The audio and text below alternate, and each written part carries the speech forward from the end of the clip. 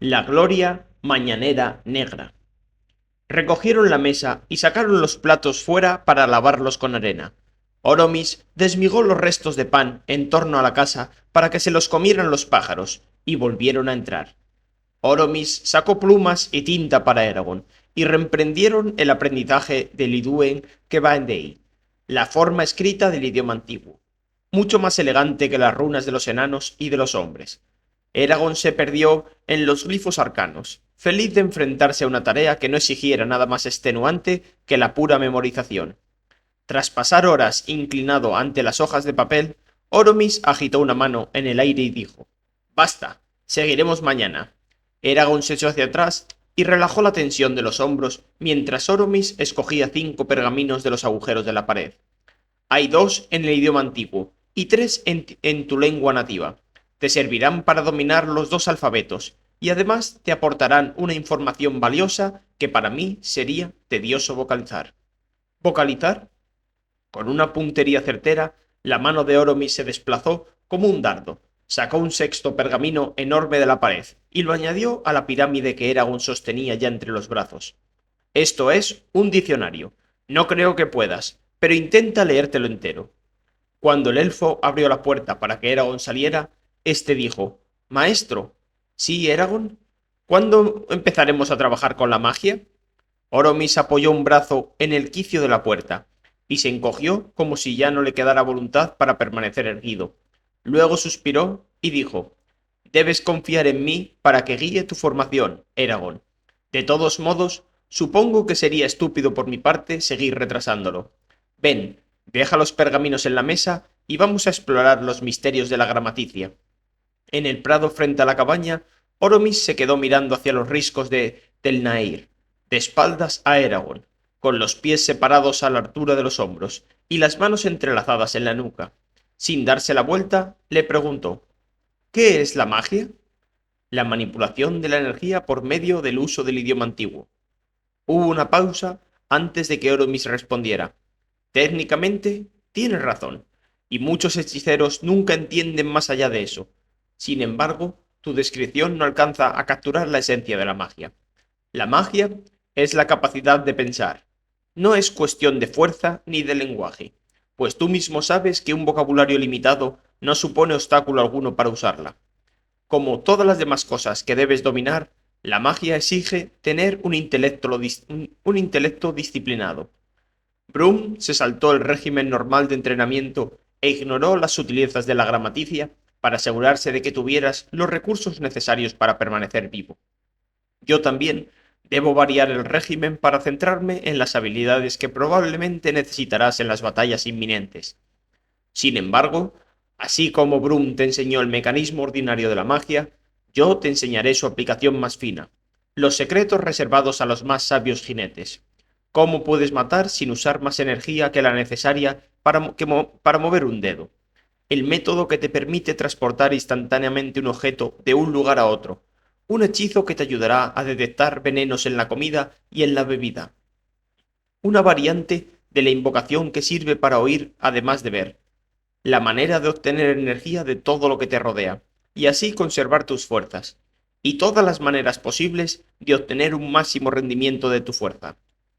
Estas técnicas son tan potentes y peligrosas que nunca se han compartido con jinetes novicios como tú, pero las circunstancias exigen que las divulgue ahora, y confío en que no abusarás de ellas». Alzando el brazo derecho con la mano ganchuda como una zarpa, Oromis proclamó: «¡Adurna!». Eragon contempló cómo una esfera de agua tomaba cuerpo en el arroyuelo que había junto a la cabaña y flotaba en el aire hasta quedar pendida sobre los dedos estirados de Oromis. El arroyo parecía oscuro y marrón bajo las ramas del bosque, pero la esfera, separada de allí, era incolora como el cristal. Briznas de musgo, polvo y pequeños fragmentos de desechos flotaban dentro del orbe. Sin dejar de mirar al horizonte, Oromis dijo: «¡Cógela!». Lanzó la esfera hacia atrás por encima del hombro, en dirección a Eragon. Este trató de cogerla, pero en cuanto tocó su piel, el agua perdió su cohesión y le salpicó el pecho. «Has de cogerla con magia», dijo Oromis. De nuevo exclamó: «¡Adurna!». Una esfera de agua se formó en la superficie del arroyuelo y saltó a su mano. como un halcón entrenado para obedecer a su amo. Esta vez, Oromis le lanzó la bola sin previo aviso. Sin embargo, Eragon estaba preparado y dijo, al tiempo que extendía una mano hacia la bola, «Reisa Adurna». La bola se detuvo a un pelo de distancia de la piel de su mano. Una elección de palabras torpe, dijo Oromis, aunque en cualquier caso funciona. Eragon sonrió y murmuró, «Trista». La esfera cambió de rumbo y se dirigió veloz hacia la base de la cabeza plateada de Oromis. Sin embargo, no aterrizó allí como esperaba Eragon, sino que llegó más allá del elfo. Se dio la vuelta y voló de regreso a Eragon cada vez más rápida. El agua seguía dura y sólida como mármol pulido cuando golpeó a Eragon, provocando un sordo golpetazo al chocar con su cráneo. El golpe lo tumbó en la hierba, donde quedó aturdido, pestañeando mientras unas luces centelleaban en el cielo. Sí, dijo Oromis, sería mejor la palabra leta o codr. Al fin se dio la vuelta y alzó una ceja con fingida sorpresa. ¿Qué haces? Levántate. No podemos pasarnos el día tumbados. Sí, maestro, gruñó Eragon. Cuando Eragon se levantó, Oromis le hizo manipular el agua de maneras diversas, darle forma con complejos nudos, cambiar el color de la luz que absorbía o reflejaba, y cogerla en ciertas secuencias determinadas. Ninguna le costó demasiado. Los ejercicios duraron tanto que el interés inicial de Eragon desapareció y fue sustituido por la impaciencia y el desconcierto. No quería ofender a Oromis, pero no le encontraba ningún sentido a lo que estaba haciendo el elfo. Era como si evitara cualquier hechizo que pudiera exigir el uso de algo más que una cantidad mínima de energía. Ya he demostrado hasta dónde llegan mis habilidades. ¿Por qué se empeña en repasar estos fundamentos? Maestro, dijo, esto ya lo sé. ¿No podemos adelantarnos? Los músculos del cuello de Oromis se tensaron, y los hombros quedaron tan rígidos que parecían de granito cincelado. Hasta contuvo la respiración antes de decir, «¿Nunca aprenderás a mostrar respeto, Eragon Bord? Como quieras». Luego pronunció 4 palabras del idioma antiguo en una voz tan profunda que Eragon no captó su significado. Eragon soltó un chillido al notar que una presión envolvía sus piernas hasta las rodillas, apretando y constriñendo las pantorrillas de tal modo que le resultaba imposible caminar. Podía mover los muslos y el tronco, pero más allá de eso era como si lo hubieran envuelto en mortero. «Libérate», dijo Oromis. Eragon no se había enfrentado nunca a ese desafío. ¿Cómo romper los hechizos ajenos? Podía liberar los invisibles lazos que lo atan de 2 maneras distintas. La más efectiva consistía en saber cómo lo había inmovilizado Oromis, bien fuera afectando directamente a su cuerpo o sirviéndose de algún recurso externo, pues en ese caso podía redirigir el elemento para dispersar la fuerza de Oromis. Si no, podía usar algún hechizo vago y genérico para bloquear lo que le estaba haciendo Oromis. La parte negativa de esa táctica era que podía producir un combate directo de fuerzas entre ellos. Alguna vez tenía que ocurrir, pensó Eragon. No tenía la menor esperanza de imponerse a un elfo. Construyó la frase idónea y la pronunció. Losna, Calda y Ed. Suelta mis pantorrillas. Perdió una cantidad de energía mayor de la que había previsto.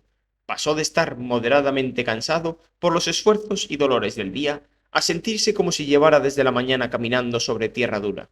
Luego la presión de las piernas desapareció y tuvo que tambalearse para recuperar el equilibrio. Oromis meneó la cabeza. «Estúpido», dijo, «muy estúpido. Si yo me hubiera empeñado en mantener el hechizo, te habría matado. Nunca uses absolutos». ¿Absolutos? Nunca pronuncies tus hechizos de tal modo que solo haya 2 resultados posibles, el éxito o la muerte. Si un enemigo hubiera atrapado tus piernas y fuera más fuerte que tú, habrías gastado todas tus energías en el intento de romper su hechizo. Habrías muerto sin la menor posibilidad de abortar el intento al darte cuenta de que era inútil. ¿Y eso cómo se evita? Es más seguro que el hechizo sea un proceso al que puedas poner fin a discreción.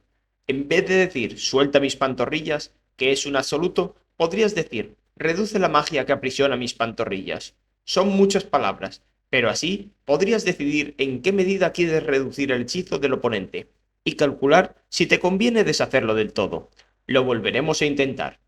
La presión en las piernas de Eragon se reanudó en cuanto Oromis pronunció su invocación inaudible. Eragon estaba tan cansado que no se creía capaz de ofrecer demasiada resistencia. Aún así, se puso en contacto con la magia. Antes de que el idioma antiguo saliera por la boca de Eragon, se percató de una curiosa sensación al notar que el peso que constreñía sus piernas se reducía a ritmo continuo. Experimentó un cosquilleo y se sintió como si lo sacaran de un pantano de lodo frío y pegajoso. Miró a Oromis y vio la pasión inscrita en su rostro, como si se aferrara a algo tan valioso que no podía soportar perderlo. Una vena latía en su sien.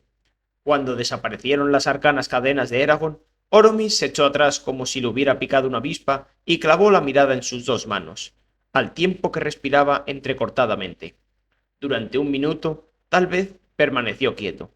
Luego irguió el cuerpo y caminó hasta el mismo límite de los riscos de Tel Nair. Su figura solitaria se recortaba contra el pálido cielo. La pena y el dolor invadieron a Eragon. Eran las mismas emociones que lo habían asaltado al ver por primera vez la pierna mutilada de Glaer.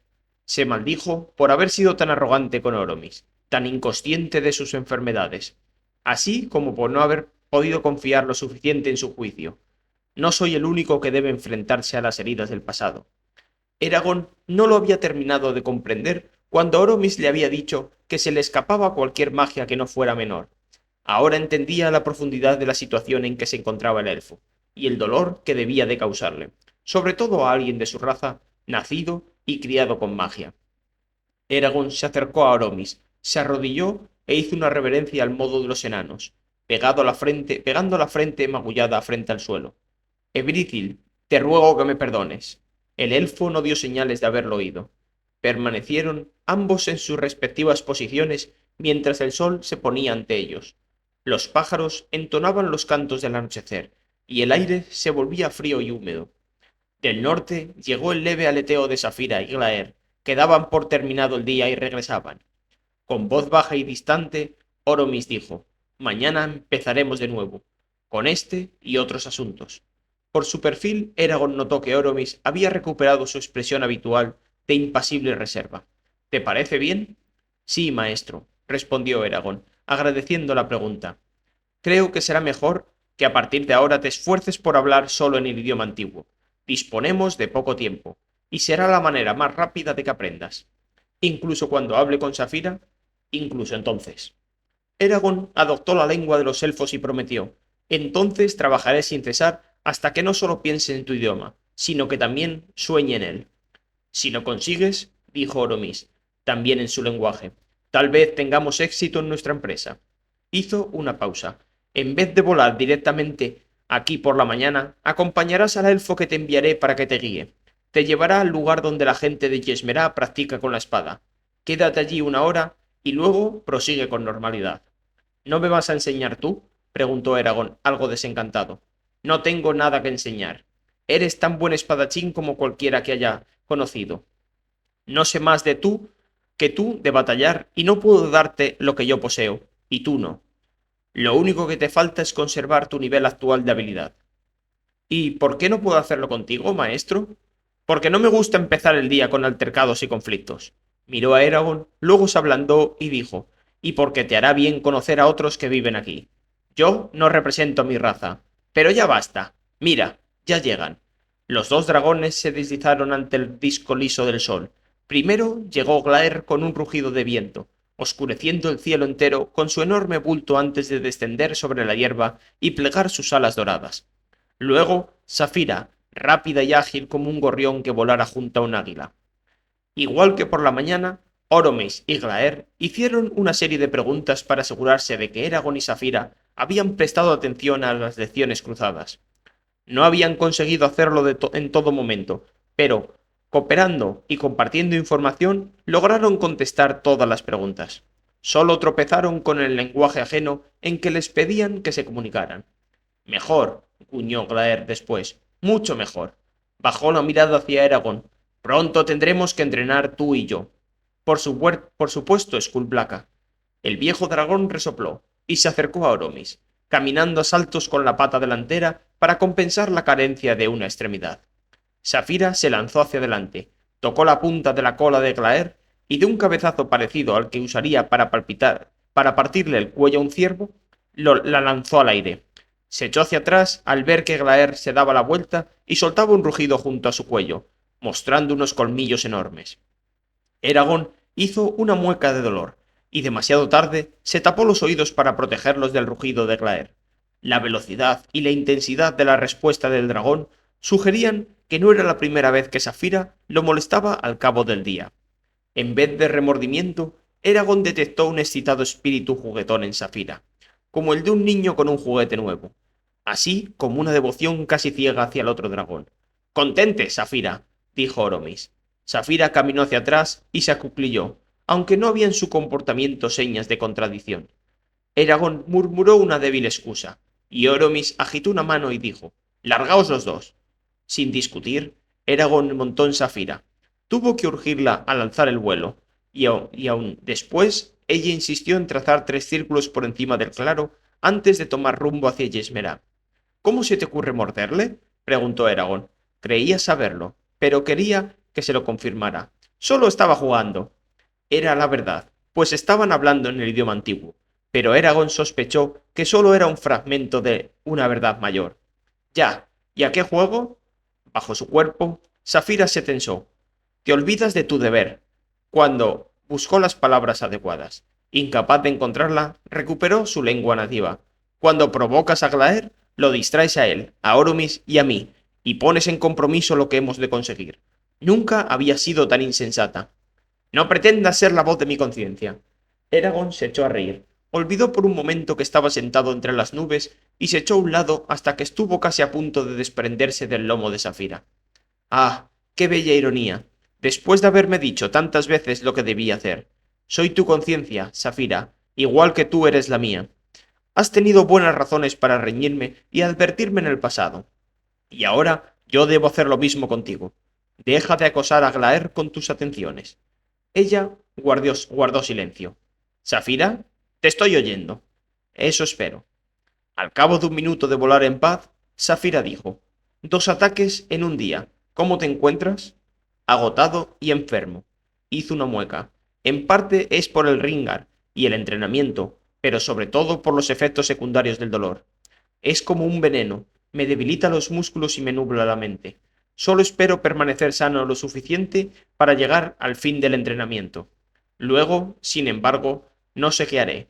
Desde luego, así no puedo pelear por los Bardenos». «No pienses en eso», le aconsejó ella. «No puedes hacer nada por mejorar tu condición, y lo único que vas a conseguir es sentirte peor.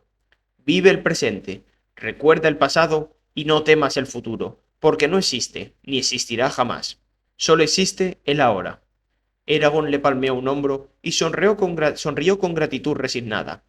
A su derecha, un azor planeaba en una corriente de aire caliente mientras patrullaba el bosque abierto en busca de alguna presa, ya fuera de piel o de plumas. Eragon lo contempló mientras repasaba las preguntas que le había hecho Oromis. ¿Cómo podía justificar la lucha contra el Imperio si podía causar tanto dolor como agonía? «Yo tengo una respuesta», dijo Saphira. «¿Cuál?».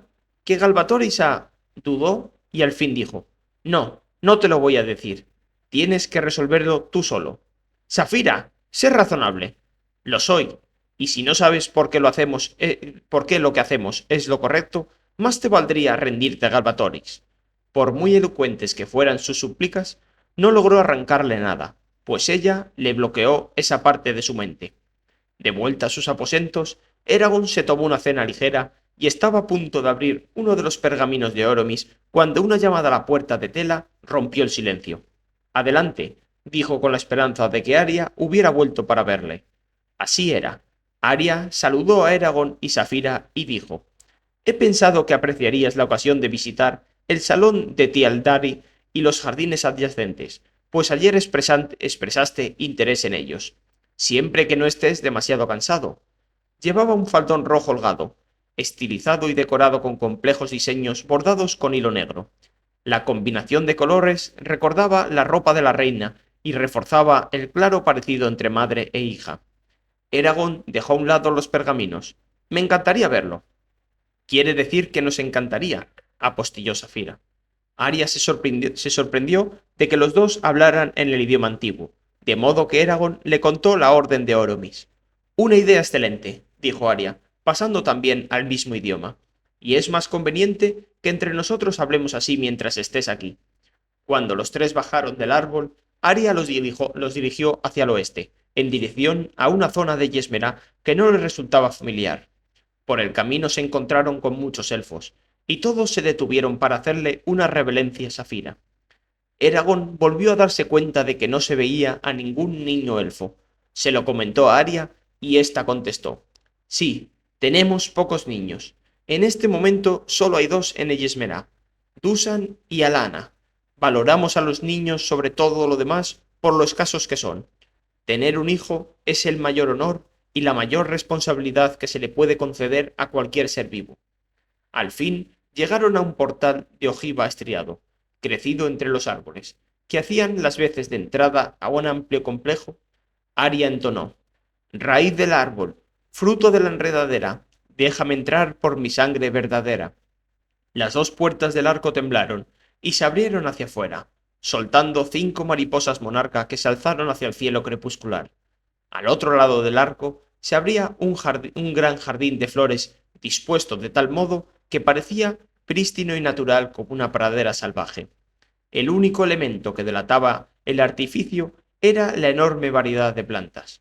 Muchas especies florecían cuando no era su estación, o procedían de climas más fríos o calurosos, y no hubieran florecido jamás sin la magia de los elfos.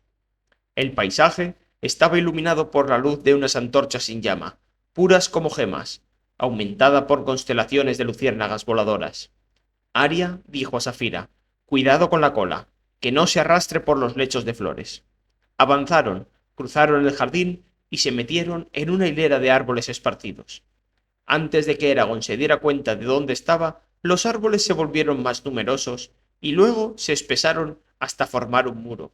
Se encontró en el umbral de un bruñido salón de madera, pese a que no tenía conciencia de haber entrado en él. El salón era cálido y hogareño, un lugar de paz, reflexión y comodidad. La forma estaba determinada por los troncos de los árboles, a los que, en la parte inferior, habían desprovisto de la corteza, pulido y frotado con aceite hasta que la madera brillaba como el ámbar. Algunos agujeros regulares entre los troncos cumplían la función de ventanas. El aroma de pinaza aplastada perfumaba el aire. Había unos cuantos elfos en el salón, leían, escribían y en un rincón oscuro tocaban unas flautas de caña. Todos se detuvieron e inclinaron la cabeza ante la presencia de Safira. Si no fuerais jinete y dragón, dijo Aria, os alojaríais aquí. Es magnífico, replicó Eragon. Aria los guió a otro lugar del complejo, que era accesible a los dragones. Cada nueva habitación suponía una sorpresa. No había dos iguales, y cada cámara mostraba maneras distintas de incorporar su construcción al bosque. En una habitación, un arroyo plateado se deslizaba por la nudosa pared, fluía por el suelo entre una veta de guijarros y volvía a salir a cielo abierto. En otra, las enredaderas envolvían toda la sala, excepto el suelo, con una piel verde llena de hojas y adornada con flores con forma de trompetilla del blanco y rosa más delicado. Aria dijo que se llamaba Liani Vine. Vieron muchas obras de arte, desde faíds y pinturas hasta esculturas y mosaicos radiantes de cristales de colores. Todas se basaban en las formas curvas de plantas y animales. Islanzabi se unió a ellos en un breve rato en un pabellón abierto, unido a otros 2 edificios por medio de 2 caminos cubiertos. Se interesó por los progresos en la formación de Eragon y por el estado de su espalda, a lo que éste respondió con frases breves y educadas. Eso pareció satisfacer a la reina, que intercambió unas pocas palabras con Safira y se fue. Al fin regresaron al jardín. Eragon caminaba junto a Aria, mientras Safira lo seguía, fascinado por el sonido de su voz, mientras ella le iba contando las distintas variedades de flores, de dónde procedían, cómo las conservaban y, en muchos casos, cómo las habían alterado por medio de la magia. También señaló las flores que sólo abrían los pétalos por la noche, como un floripondio blanco. ¿Cuál es tu favorita?, preguntó él. Aria sonrió y lo acompañó hasta un árbol que había al borde del jardín, junto a un estanque flanqueado por juncos. Una gloria mañanera se enroscaba en torno a la rama más baja del árbol con 3 capullos negros aterciopelados y cerrados por completo. Aria sopló hacia ellos y susurró: Abríos. Los pétalos crujieron al desenvolverse y abrir su tela oscura como la tinta para exponer el tesoro escondido del néctar que escondían en el centro. Un estallido de azul real llenaba el cuello de las flores y se disolvía en la corona azabache como los vestigios del día se deshacen en la noche. ¿No es la flor más perfecta y adorable?, preguntó Aria. Eragon la miró, con una exquisita conciencia de lo cerca que estaban en aquel momento, y dijo: Sí, lo es. Sin dar tiempo a que lo abandonara el coraje, añadió: Como tú. Eragon, exclamó Safira. Aria clavó sus ojos en él, y lo escrutó hasta que él se vio obligado a desviar la mirada. Cuando se atrevió a mirarla de nuevo, le mortificó ver en su rostro una leve sonrisa, como si le divirtiera su reacción. «Qué amable eres», murmuró. Alargó una mano para tocar el borde de una flor y luego lo miró. Faulín las creó especialmente para mí un solsticio de verano. Hace mucho tiempo. Eragon arrastró los pies y respondió unas cuantas palabras ininteligibles, herido y ofendido porque ella no hubiera tomado más en serio su cumplido. Quería volverse invisible e incluso se planteó soltar un hechizo que se lo permitiera. Al fin tensó el cuerpo y dijo: Perdónanos, por favor, Aria Skidkona, pero es muy tarde y debemos regresar a nuestro árbol. La sonrisa de Aria se ensanchó. Por supuesto, Eragon, lo entiendo. Los acompañó hasta el arco de la entrada, les abrió las puertas y dijo: Buenas noches, Safira. Buenas noches, Eragon. Buenas noches, contestó Safira. Pese a su vergüenza, Eragon no pudo evitar una pregunta. ¿Nos veremos mañana? Aria inclinó la cabeza. Creo que mañana estaré ocupada. Luego se cerraron las puertas y la perdieron de vista mientras regresaba al complejo principal. Agachada en el camino, Safira empujó cariñosamente con el morro a Eragon en un costado. Deja de soñar despierto y súbete a mi grupa. Eragon escaló por la pierna delantera izquierda, ocupó su lugar habitual y se agarró a la púa del cuello que tenía delante mientras Safira se levantaba del todo. Al cabo de unos pocos pasos, dijo: ¿Cómo puedes criticar mi comportamiento con Glaer y luego hacer algo así? ¿En qué pensabas? Ya sabes lo que siento por ella, gruñó Eragon. Bah, si tú eres mi conciencia y yo soy la tuya, tengo la obligación de decirte que te comportas como un presumido engañado. No estás usando la lógica, como tanto insiste Oromis. ¿Qué esperas que pase entre Aria y tú? Es una princesa. Y yo soy un jinete. Ella es elfa. Tú eres humano. Cada día me parezco más a los elfos. Eragon tiene más de 100 años. Yo viviré tanto como ella, o cualquier otro elfo. Ah, pero de momento no es así. Y ese es el problema. No puede superar una diferencia tan amplia. Es una mujer mayor con un siglo de experiencia, mientras que tú... ¿Qué? ¿Qué soy yo? Gruñó. ¿Un crío? ¿Eso es lo que quieres decir? No, un crío no. No después de todo lo que has visto y hecho desde que nos unimos. Pero eres joven, incluso desde el punto de vista de tu raza, que vive poco, mucho menos que los enanos, los dragones y los elfos. Y tú también. La respuesta silenció a Safira un minuto. Luego dijo: Solo intento protegerte, Eragon. Eso es todo. Quiero que seas feliz, y temo que no lo puedas ser si insistes en perseguir a Aria. Los dos estaban a punto de retirarse cuando oyeron que se abría de golpe la trampilla del vestíbulo y luego sonaba el tintineo de una malla de alguien que subía, con Zarrock en la mano. Eragon abrió hacia adentro la puerta de tela, listo para enfrentarse al intruso. Bajó la mano al ver a Oric en el suelo. El enano bebió un largo trago de la botella que llevaba en la mano izquierda y luego miró a Eragon con los ojos entrecerrados. ¡Huesos y ladrillos! ¿Dónde estabas? Ah, ahí te veo. Me preguntaba dónde estarías. Como no te encontraba, he pensado que en esta noche dolorosa podía salir a buscarte. Y ahí estás. ¿De qué vamos a hablar tú y yo, ahora que estamos juntos en este delicioso nido de pájaros? Eragon agarró al enano por el brazo libre y tiró de él hacia arriba, sorprendido como siempre, por lo mucho que pesaba, como si fuera una roca en miniatura. Cuando lo soltó, Oryx se balanceó de un lado a otro, alcanzando ángulos tan forzados que amenazaba con desplomarse a la mínima provocación. Entra, dijo Eragon, en su propio idioma. Cerró la trampilla. Ahí fuera te vas a resfriar. Oryx guiñó sus ojos redondos y hundidos. No te he visto por mi escondrijo lleno de hojas. No, señor. Me has abandonado en compañía de los elfos. ¡Ah, desgraciado! ¡Qué compañía tan aburrida! Sí, señor. Un leve sentimiento de culpa obligó a Eragon a disimular con una sonrisa. Era cierto que había olvidado al enano entre tantas idas y vueltas. Siento no haber ido a visitarte, Oric, pero estaba ocupado en mis estudios. Ven, dame tu capa. Mientras ayudaba al enano a quitarse el mantón marrón, le preguntó: ¿Qué bebes? Faelnir, declaró Oric. Una poción maravillosa y cosquillante. El mejor y más satisfactorio entre los inventos tramposos de los elfos. Te concede el don de la locuicidad. Las palabras fluyen de tu lengua como cardúmenes de pececillos aleteantes, como bandadas de ruiseñores sin respiro, como ríos de serpientes agitadas. Se calló, aparentemente sorprendido por la magnificencia irrepetible de sus comparaciones. Cuando Eragon lo animó a entrar en el dormitorio, Oric saludó a Safira con la botella en la mano y dijo: Saludos, oh diente de hierro, que tus escamas brillen tanto como las aguas de la fragua de Mortohal. Saludos, Oric, dijo Safira, apoyando la cabeza en el borde de la cama. ¿Qué te ha dejado en ese estado? No es propio de ti. Eragon repitió la pregunta.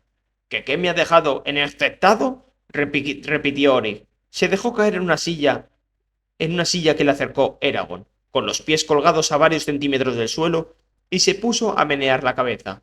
Gorritos rojos, gorritos verdes, elfos por aquí, elfos por allá.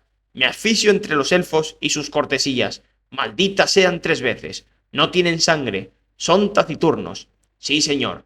No, señor. Con eso podría llenar un saco. Sí, señor. Pero no hay manera de sacarles nada más.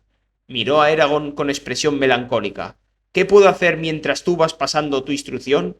¿He de sentarme y menear los pulgares en el aire mientras me convierto en piedra y me reúno con los espíritus de mis antepasados? Dime, oh sagaz jinete, ¿no tienes ninguna habilidad, ningún pasatiempo con el que te puedas entretenerte? Preguntó Safira. Sí, dijo Ori, soy un herrero bastante bueno, si es que a alguien le importa. Pero, ¿por qué he de crear brillantes armas y armaduras para quienes no las valoran? Aquí soy un inútil, inútil como un feldustón de 3 patas. Eragon extendió una mano hacia la botella. ¿Puedo? Ori pasó la mirada de él a la botella y luego renunció con una mueca. El Flaernir estaba frío como el hielo cuando pasó por la garganta de Eragon, picante y vigoroso. Se le aguaron los ojos y pestañeó. Tras concederse un segundo trago, devolvió la botella a Ori, que parecía decepcionado porque quedaba poca poción. ¿Y qué travesuras has conseguido sonsacar a Oromis y sus boscojes bucólicos? Preguntó. El enano gimió y cloqueteó alternativamente, mientras Eragon describía sus entrenamientos. El error de la bendición de Fat-Dur en el árbol Menoa, su espalda y todo lo que había ocurrido en los días anteriores. Eragon terminó con el tema que en ese momento le interesaba más, Aria. Envalentonado por el licor, le confesó el afecto que sentía por ella y describió cómo había rechazado su avance. Oric agitó un dedo y dijo: Estás sobre una roca muy frágil, Eragon. No tientes al destino. Aria se calló, luego soltó un gruñido y bebió otro trago de Faelvir. Ah, es muy tarde para eso. ¿Quién soy yo para decir que es sabio y que no es?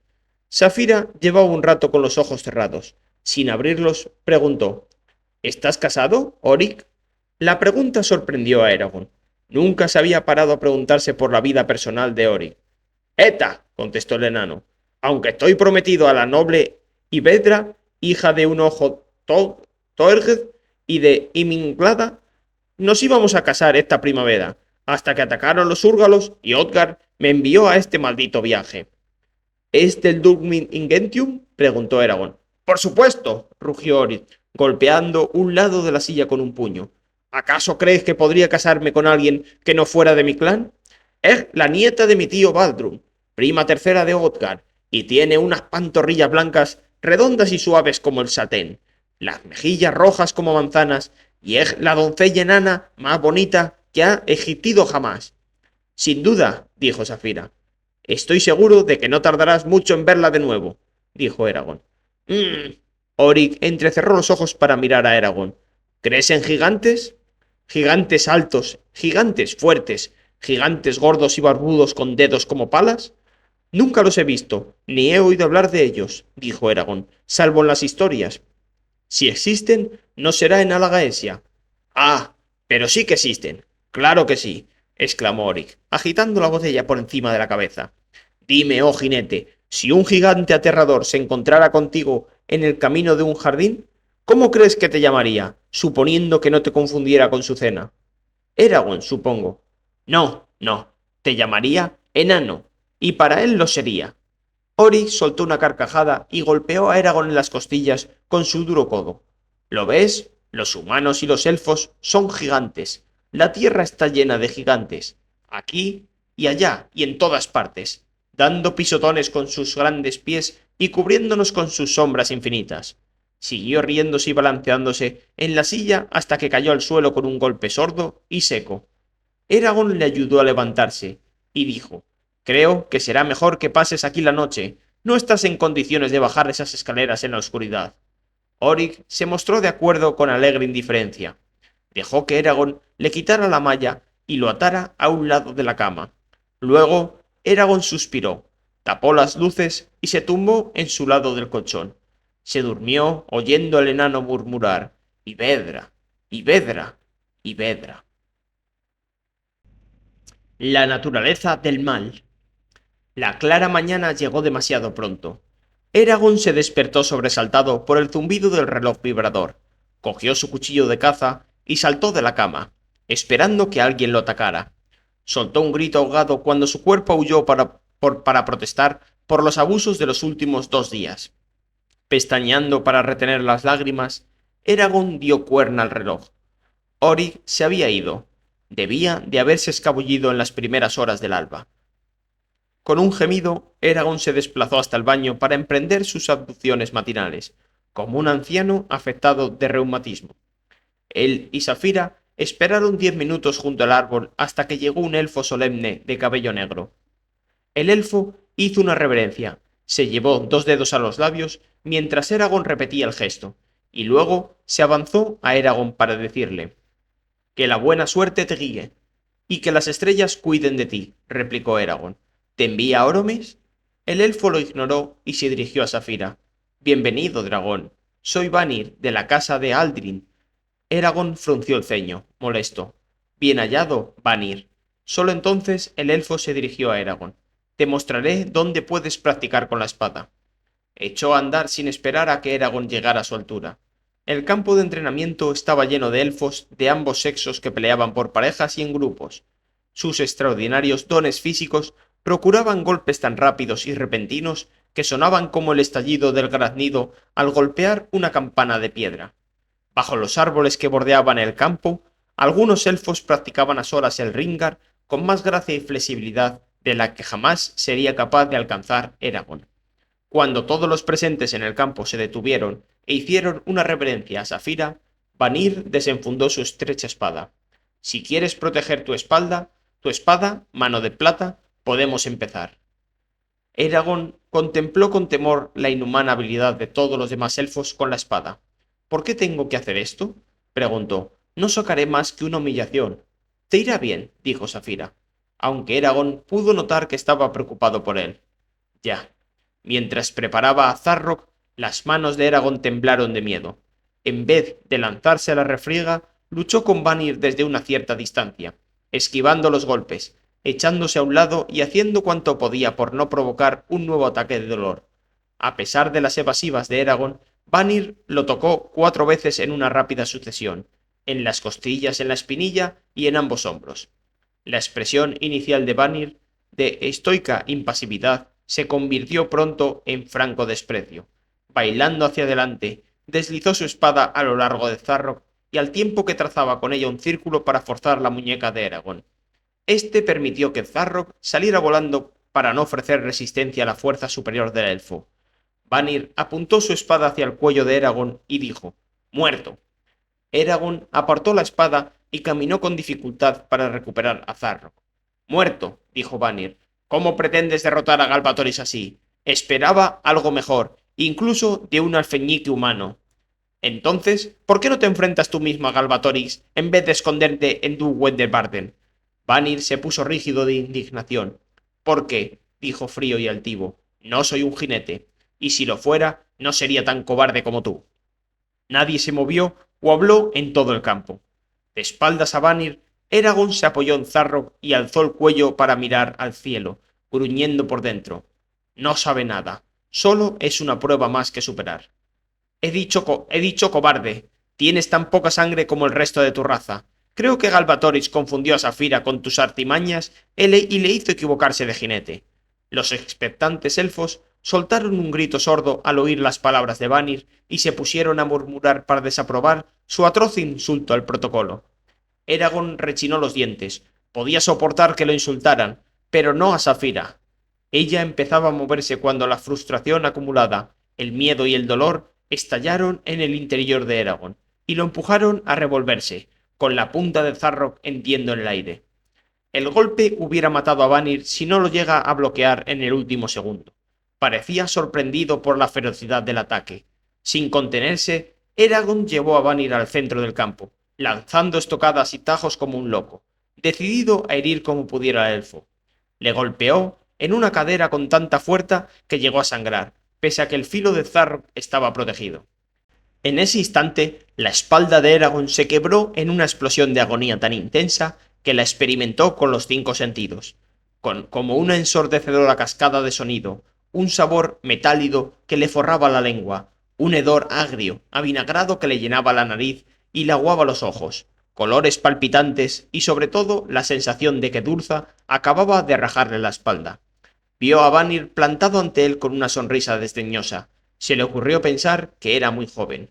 Después del ataque, Eragon se secó la sangre de la boca con una mano, se la mostró a Vanir y le preguntó: ¿Te parece poca sangre? Sin dignarse a responder, Vanir enfundó la espada y se alejó. ¿A dónde vas?, preguntó Eragon. Tú y yo tenemos un asunto pendiente. No estás en condiciones de entrenar, replicó el elfo. ¡Compruébalo! Eragon podía ser inferior a los elfos, pero se negaba a darles la satisfacción de demostrarles que sus escasas expectativas con respecto a él eran acertadas. Pensaba ganarse su respeto por pura insistencia, si no había otro modo. Insistió en agotar la hora entera que había prescrito Oromis. Luego, Safira se acercó a Vanir y le tocó el pecho con la punta de uno de sus talones de marfil. «Muerto», le dijo. Vanir empalideció. Los demás elfos se alejaron de él. Cuando ya estaba en lo alto, Safira dijo: «Oromis tenía razón. ¿Acerca de qué? Rindes más cuando tienes un contrincante». En la cabaña de Oromis, el día recuperó el patrón habitual. Safira acompañó a Glaer para instruirse, mientras que Eragon se quedó con Oromis. Le horrorizó descubrir que Oromis esperaba que después de todo el ejercicio anterior practicara además de Rigmar. Tuvo que reunir todo su coraje para obedecer. Su aprensión resultó equivocada, sin embargo, pues la danza de la serpiente y la grulla era demasiado suave para hacerle daño. Eso, sumado a su meditación en el claro recluido, concedió a Eragon la primera oportunidad, desde el día anterior, de ordenar sus pensamientos y dar vueltas a la pregunta que le había planteado Oromis. Mientras lo hacía, observó que sus hormigas rojas invadían un hormiguero rival, más pequeño, imponiéndose a sus habitantes y robándoles los recursos. Cuando terminó la masacre, apenas un puñado de hormigas rivales permanecían con vida, solas y sin propósito en las vastas y hostiles planicies de Pinaza. Como los dragones en Alagaesia, pensó Eragon. Al plantearse el triste destino de los dragones, su conexión con las hormigas se desvaneció. Poco a poco se le fue revelando una respuesta al problema, una respuesta en la que podía creer y con la que podía convivir. Terminó sus meditaciones y regresó a la cabaña. Esta vez Oromis pareció razonablemente satisfecho con los logros de Eragon. Mientras Oromis le servía la comida, Eragon dijo: «Sé por qué merece la pena luchar contra Galbatoris, aunque mueran miles de personas». «Ah». Oromis se sentó. «Pues dímelo». «Porque Galbatoris ha causado ya más sufrimiento en los últimos 100 años del que podríamos causar nosotros en una sola generación, y al contrario que los tiranos normales, no podemos esperar a que se muera. Podría gobernar durante siglos o milenios sin dejar de perseguir y atormentar al pueblo, y si no lo detenemos, si alcanzara la fuerza suficiente, marcharía contra los enanos y contra vosotros, aquí en Duwenderbarden, y mataría o esclavizaría a ambas razas. Y Eragon frotó una muñeca en el borde de la mesa, porque rescatar los 2 huevos que tiene Galbatorix es la única manera de salvar a los dragones. Lo interrumpió el estridente gorgorito de la pava de Oromis, cuyo volumen creció hasta saturar los oídos de Eragon. El elfo se levantó, sacó la pava del fogón y sirvió agua para un té de arándanos. Las arrugas que rodeaban sus ojos se suavizaron. Ahora, dijo, ya lo has entendido. Lo entiendo, pero no me da ningún placer. No tiene por qué dártelo. Pero ahora podemos estar seguros de que no te apartarás del camino cuando te enfrentes a las injusticias y atrocidades que los bardenos deberán cometer inevitablemente.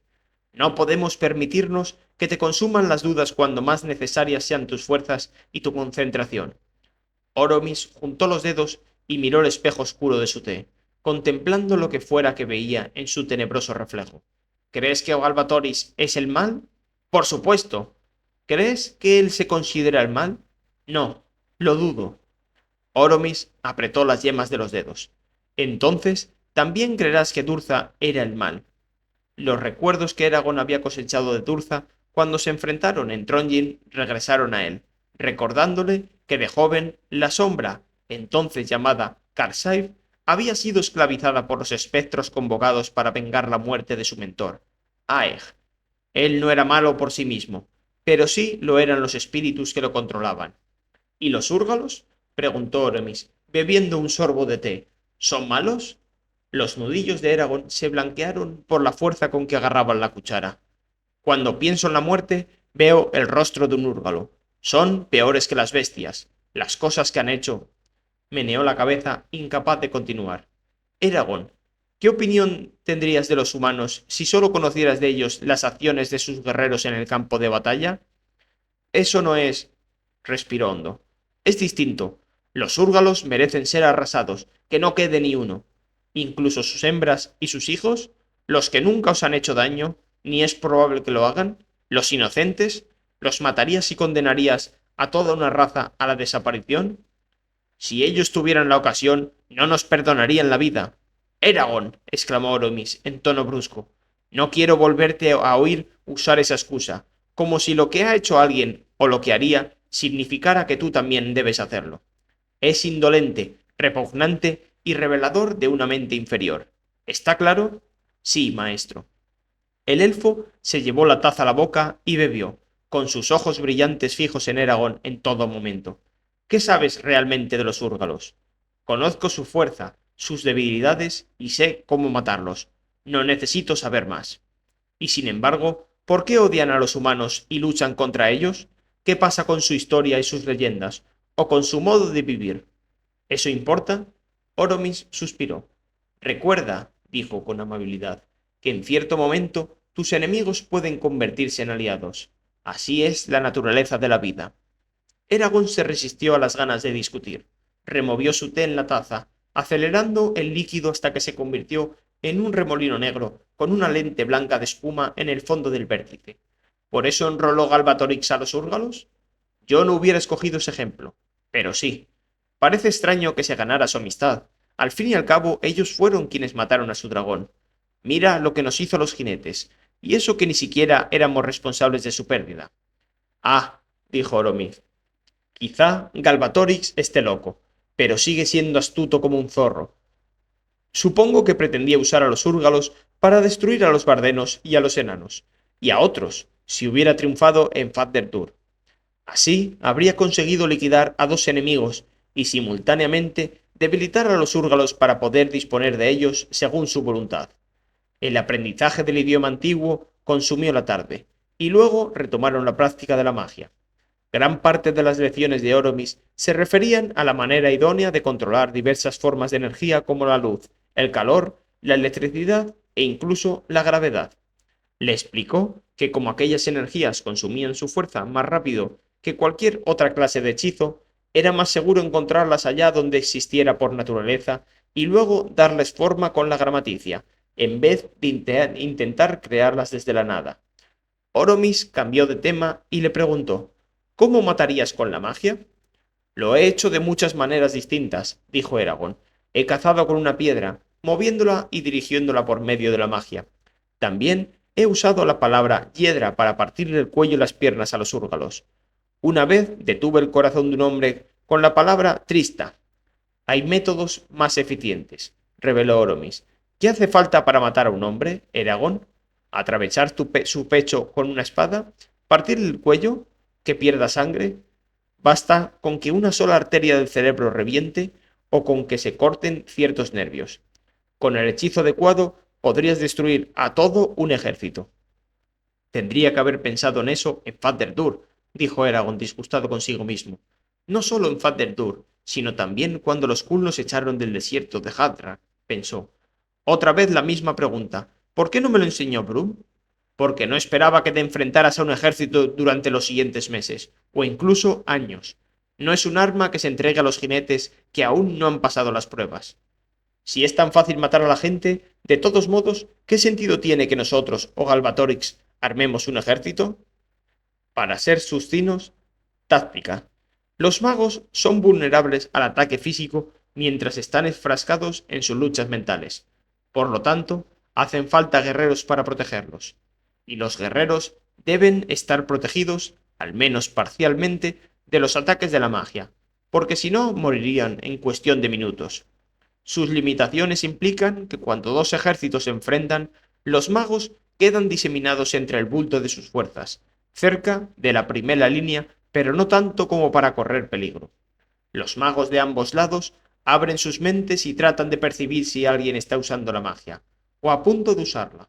Como los enemigos podrían quedar más allá de su alcance mental, los magos también ericen protecciones en torno a ellos mismos y a los guerreros para impedir o reducir los ataques desde lejos, como por ejemplo una piedra que se les dirija volando desde más de 1 kilómetro. Ningún hombre puede defender a todo un ejército, dijo Eragon. Solo no, pero con suficientes magos se puede conseguir una cantidad razonable de protección. El mayor peligro en esta clase de conflicto es que a un mago listo se le puede ocurrir un ataque original que sobrepase las protecciones sin despertar alarmas. Eso bastaría para decidir una batalla. Además, siguió Oromis, debes recordar que la capacidad de usar magia es exageradamente escasa entre todas las razas. Los elfos tampoco somos una excepción, aunque tenemos mayor provisión de hechizos que los demás, como consecuencia de juramentos que nos atan desde hace siglos. La mayoría de los bendecidos con la magia tienen un talento reducido o no muy apreciable. Con esfuerzo consiguen curar tanto como dañan. Eragon asintió. Había conocido magos así entre los bardenos. Aun así, se invierte la misma cantidad de energía para cumplir con la tarea. Energía, sí, pero a los magos menores les cuesta más que a ti o a mí sentir el flujo de la magia y sumergirse en él. Pocos magos tienen la suficiente fuerza para convertirse en una amenaza para un ejército entero. Y los que sí la tienen suelen pasarse casi toda la batalla esquivando a sus oponentes, guiándolos o luchando contra ellos, lo cual supone una ventaja para los guerreros normales, pues en caso contrario morirían todos pronto. Preocupado, Eragon comentó: los bardenos no tienen muchos magos. Es una de las razones por las que tú eres tan importante. Pasó un momento mientras Eragon reflexionaba sobre lo que le había dicho Oromis. ¿Y esas protecciones solo te consumen la energía cuando las activas? Sí. Entonces, con el tiempo suficiente, se podrían preparar incontables capas de protección. Podrías volverte... Luchaba con el idioma antiguo para conseguir expresarse. ¿Intocable? ¿Impermeable? Impermeable a cualquier asalto, ya fuera mágico o físico. Las protecciones, contestó Oromis, dependen de la fuerza de tu cuerpo. Si alguien supera esa fuerza, te mueres. Por muchas protecciones que tengas, solo podrás resistir los ataques mientras tu cuerpo consiga mantener la producción de energía. Y la energía de Galbatorix ha ido creciendo año tras año. ¿Cómo puede ser? Era una pregunta retórica, pero Oromis guardó silencio y fijó sus ojos almendrados en un trío de gorriones que trazaban piruetas en lo alto. Eragon se dio cuenta de que el elfo estaba pensando en cómo contestarle. Los pájaros se persiguieron unos cuantos minutos. Cuando desaparecieron de la vista, Oromis dijo: «No es oportuno mantener esta conversación en este momento». «¿O sea que lo sabes?», preguntó Eragon asombrado. «Sí, Pero esa información debe esperar hasta más adelante de tu formación. No estás listo para recibirla. Oromis miró a Eragon como si esperara que objetase. Eragon agachó la cabeza. Como tú quieras, maestro. No podría obtener aquella información de Oromis mientras el elfo no estuviera dispuesto a compartirla. Así que, ¿para qué intentarlo? Aún así, se preguntó qué clase de información podría ser tan peligrosa como para que Oromis no se atreviera a contársela y por qué los elfos se le habían escondido a los bardenos. Se le ocurrió otra idea y dijo: si las batallas con magos se plantean como dices, ¿por qué Agiad me dejó pelear sin protección en Fatherdur? Ni siquiera sabía que debiera mantener la mente abierta para detectar a los enemigos. ¿Y por qué no mató a Aria a casi todos los húrgalos? No había magos que pudieran oponerse a ella, salvo Durza, y él no podía defender a sus tropas mientras estaban en el subsuelo. ¿Agiad no mandó a Aria o a alguien de tu Brangata que te rodeara de defensas? Preguntó Oromis. No, maestro. ¿Y peleaste sin ellas? Sí, maestro. Oromis desvió la mirada y se concentró en su interior, inmóvil sobre la hierba. Volvió a hablar sin previo aviso. He consultado con Aria y ella dice que los gemelos tenían órdenes de examinar tus habilidades. Le dijeron a Agiad que eras competente en todos los terrenos de la magia, incluidas las protecciones. Ni Agiad ni Aria pusieron en duda sus afirmaciones al respecto. Esos aduladores, con sus calvas infestados de garrapatas como perros traidores. Mal, dijo Eragon. Querían que me mataran. Eragon pasó a su idioma nativo y se permitió otra serie de insultos poderosos. No contamines el aire, dijo Oromis con suavidad. Te sienta mal. En cualquier caso, sospecho que los gemelos no permitieron que pelearas sin protección para que te mataran, sino para que Durza pudiera capturarte. ¿Qué? Según cuentas tú mismo, Aria sospechó que los bardenos habían sido traicionados cuando Galbatorix empezó a perseguir a sus aliados en el Imperio con una eficacia cercana a la perfección. Los gemelos sabían quiénes eran los colaboradores de los bardenos. Además, los gemelos te llevaron al corazón de Trondheim para separarte de Safira y ponerte al alcance de Turza. La explicación lógica es que son unos traidores. Que lo eran, puntualizó Eragon. Eso ya no importa. Hace tiempo que murieron. Oromis inclinó la cabeza. Aún así, Aria dijo que los húrgalos sí tenían magos en Fatherdur y que ella se enfrentó a muchos. ¿Ninguno te atacó? No, maestro. Más pruebas de que Safira y tú estabais reservados para que os capturase Durza y os llevara ante Galbatorix. La trampa estaba bien dispuesta. Durante la hora siguiente, Oromis enseñó a Eragon 12 maneras de matar, ninguna de las cuales exigía más energía que levantar una pluma cargada de tinta. Cuando terminó de memorizar la última, a Eragon se le ocurrió una idea que le hizo sonreír. La próxima vez que me cruce con los Razak, no tendrán ni para empezar. Aún así, debes cuidarte de ellos, le advirtió Oromis. ¿Por qué? Con 3 palabras estarán muertos. ¿Qué comen las águilas pescadoras? Eragon pestañeó. Pescado, claro. ¿Y si un pez fuera algo más rápido e inteligente que los demás, conseguiría huir de un águila cazadora? Lo dudo, contestó Eragon. Al menos no mucho tiempo. Igual que las águilas están diseñadas para ser las mejores cazadoras de peces, los lobos están diseñados para ser los mejores cazadores de ciervos y otras piezas de caza mayor. Y todos los animales tienen los talentos necesarios para cumplir mejor su propósito. También los Razak están diseñados para depredar a los humanos. Son los monstruos de la oscuridad, las pesadillas húmedas que persiguen a tu raza. A Eragon se le erizó de terror el vello de la nuca. ¿Qué clase de criaturas son? Ni elfos, ni humanos, enanos, dragones, no son bestias de piel, escamas ni plumas, ni reptiles ni insectos, ni ninguna otra categoría animal. Eragon forzó una risotada. ¿Entonces son plantas? Tampoco. Ponen huevos para reproducirse, como los dragones. Al nacer, a las crías o larvas les crecen exoesqueletos negros que imitan la forma de los humanos. Es una imitación grotesca, pero lo suficientemente convincente para permitir que los razas se acerquen a sus víctimas sin despertar la alarma. En todas las zonas en que los humanos son débiles, los Razak son fuertes.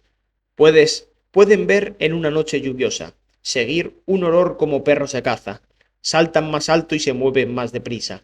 Sin embargo, les duele la luz fuerte y tienen un miedo morboso al agua profunda, porque no saben nadar. Su mayor arma es su fétido aliento, que nubla las mentes de los humanos, incapacitándolos en muchos casos, aunque es menos poderosa con los enanos, y los elfos son totalmente inmunes.